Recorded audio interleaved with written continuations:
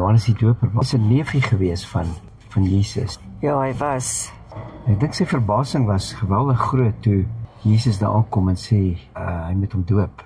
En die Here het vir Johannes gesê, hy wie jy sien wat die Heilige Gees op neerdaal, hy is die een.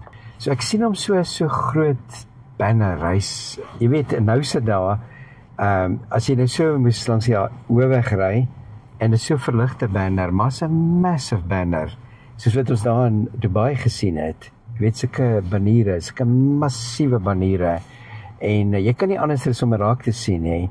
Nou, so was hy Johannes die Doper gewees, en daai dae het hulle nie social media gehad nie, hulle het nie karre gehad nie, hulle het niks gehad nie, ek meen, hulle het donkies en hulle het op donkies rondgery. Ja, by die Jordaanrivier het Johannes mense gedoop.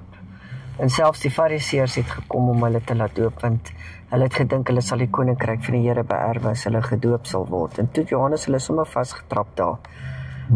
Gesê, jy weet, hoe kan julle dit doen as julle nie die vrug dra nie?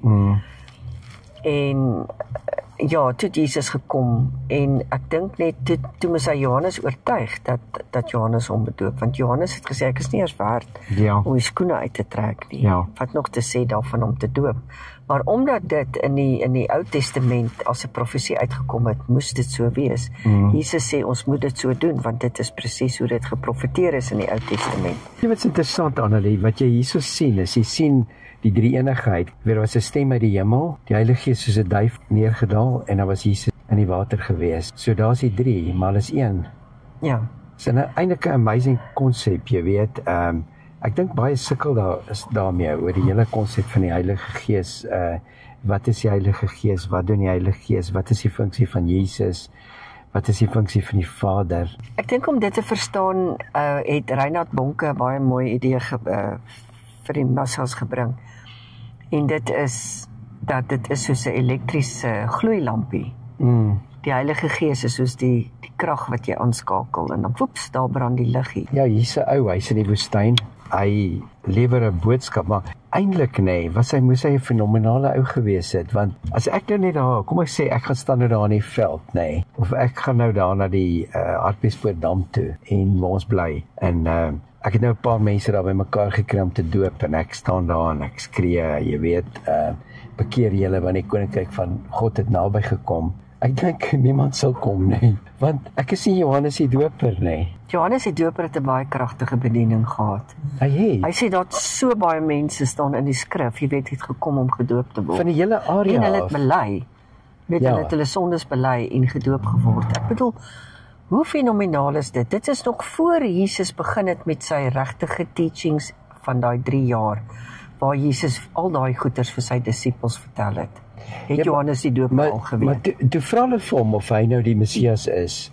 Toe sê hy, nee, ek is die stem in die wilderness. I'm the voice in the wilderness. Sorry, ek ken dit net in Engels. I'm the voice in the wilderness that cries, prepare ye the way for the Lord. Hy moes soort van 'n bassein, hy soos 'n trompet, jy weet, wat hy moes blaas, om te sê, Jesus kom. Maar dis 'n goddelike bediening wat hy gehad het. Die Heilige Gees en God moes hom ge-impact het om daai goed so suksesvol te kon doen. Hy was nie net 'n gewone ou nie, hy was iets besonders. Daar's 'n skrif wat sê, is dat hy is vervul met die Heilige Gees van sy ma se geboorte af. Jy sien, so hy het 'n spesifieke doel gehad. Dit is hoekom hy geskape was vir daai doel. En jy weet, nou sit mense maar hoekom ek weet net dit vra, hoekom het God hom vertrou met daai boodskap? Because he was called. He was single-minded. Ja. Hy het homself so afgesonder, dat hy hy het homself afgesluit van alles in die wêreld, van absoluut alles. Dit word gesê hier in die skrif, dat hy het geleef van heuning en van sprinkane. Maar dit is ook interessant, is dat hy kort daarna is hy doodgemaak. Want ek dink sy calling was verby. Hy het nie daai spesifieke calling gehad. Sy calling was verby. Want andersins sou die mense gedink het, hy is die Messias, of is dit nou Jesus wat die Messias is? Ja. Daai konflik, so daar die een moes weg, sodat die Messias kon inkom. Maar kyk, op 'n stadium toe het hy gesê, ek moet minder word en Jesus moet meer word. Is dit nie so in ons lewe ook nie? Dat ons moet minder word, ons moet nie raak gesien word nie. As ons nou op enige manier betrokke is. Stywe lippies, stywe nekkies, skouertjies agtertoe en jouself vereer, né? Ja. Minder, hy meer. Ja, nee, daai oulike van dis ek. Ja. Die ek. Ja. Ons is hier by Matteus 3. In daardie tyd het Johannes die Doper in die woestyn van Judea begin preek en gesê: "Bekeer julle, van die koninkryk van die hemel het naby gekom." Hy is die een wat die profeet Jesaja bedoel het toe hy gesê het: "Iemand roep in die woestyn, maak die pad vir die Here gereed, maak die paaie vir hom reguit." Hierdie Johannes het klere van kameelhaar gedra met 'n leerband om sy heupe. En hy het van sprinkane en veldheuning gelewe. In die dae het Jerusalem en die hele Judea en die hele omgewing van die Jordaan na hom toe gestroom. Hulle het hulle sondes bely en hulle deur hom in die Jordaan rivier laat doop.